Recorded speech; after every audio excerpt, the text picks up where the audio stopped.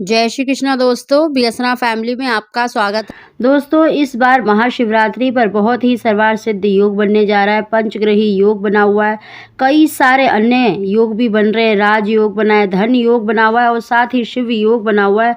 इस दिन अगर आप भगवान शंकर का, माता पार्वती का पूजन करके शिवलिंग से एक वस्तु उठाकर ले आते हैं, चाहे वो आपकी चढ़ी हुई हो या किसी और ने चढ़ाई हो, अगर आपको शिवलिंग पर मिल जाए तो अवश्य ही अपने घर ले आएं। यकीन मानिए आपको निश्चित ही भगवान शंकर का आशीर्वाद प्राप्त होगा और आपको मन वांछित संतान की प्राप्ति होगी।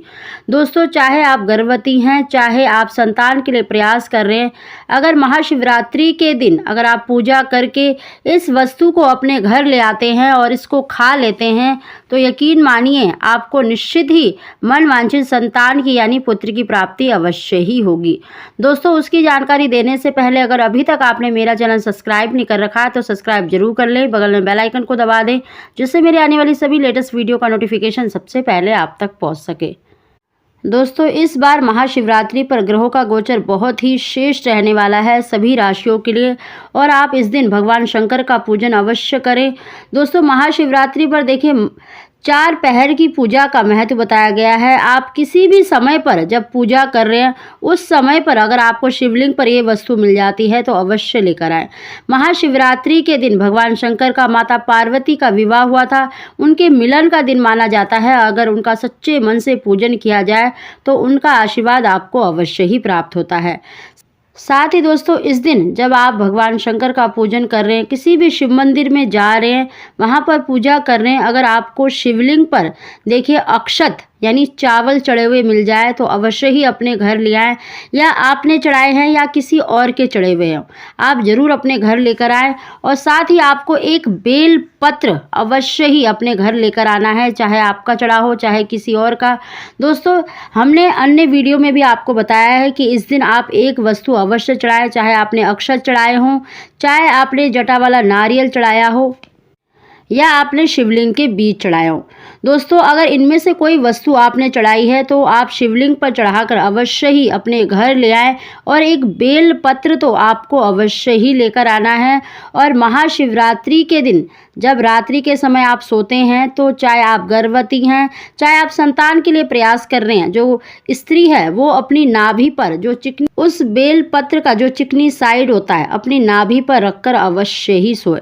दोस्तों, चाहे आप 1 घंटे के लिए रखकर सोएं, पर महाशिवरात्रि के दिन अपनी नाभि पर अवश्य रखकर सोएं। यकीन मानिए भगवान शंकर की कृपा से आपको निश्चित ही मन वांछित संतान की प्राप्ति होगी। दोस्तों, अगर आप अक्षत लेकर आए हैं तो आप महाशिवरात्रि के दिन या दूसरे दिन ब्रह्म मुहूर्त में जगकर, देखिए सूर्य उदय के समय पर जगकर उन चावलों को आप चाहे तो पीस लें, जो बछड़े वाली गाय का दूध होता है उससे ग्रहण कर लें, या फिर आप गंगा जल से उनको ग्रहण कर लें। दोस्तों, अगर आपने जटा वाला नारियल चढ़ाया है तो नारियल का बीज निकाल लें महाशिवरात्रि के दिन, और दूसरे दिन ब्रह्म मुहूर्त में आपको देखिए सुबह भगवान शंकर का ध्यान करके उस नारियल के बीज को बिना दांत लगाए निगल जाना है। यकीन मानिए आपको निश्चित ही मन वांछित संतान की प्राप्ति होगी।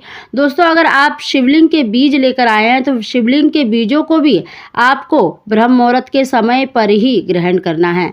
दोस्तों, ऐसा करने से यकीन मानिए आपको निश्चित ही मन वांछित संतान की प्राप्ति होगी। निसंतान को संतान की प्राप्ति होगी और जिनको पुत्र की इच्छा है तो उन्हें पुत्र की प्राप्ति अवश्य ही होगी, क्योंकि इस दिन बहुत ही सर्वार्थ सिद्ध योग बना हुआ है। ऐसा योग देखिए कई वर्षों के बाद देखने को मिलता है। तो इस दिन आप शिवलिंग से इनमें से कोई भी एक वस्तु, अगर आपको सारी मिल जाती है तो सारी ले आएं, नहीं तो एक वस्तु तो अवश्य लेकर आए और बेल पत्र तो आपको जरूर ही लेकर आना है और अपनी नाभि पर रखकर सोना है। ऐसा करने से निश्चित ही आपको संतान सुख मिलेगा और जिनको पुत्र की इच्छा है तो उनको पुत्र की प्राप्ति अवश्य ही होगी। दोस्तों, अगर आपको हमारी जानकारी वीडियो पसंद आई हो तो प्लीज़ इसे लाइक करें और कमेंट बॉक्स में हर हर महादेव अवश्य लिखें।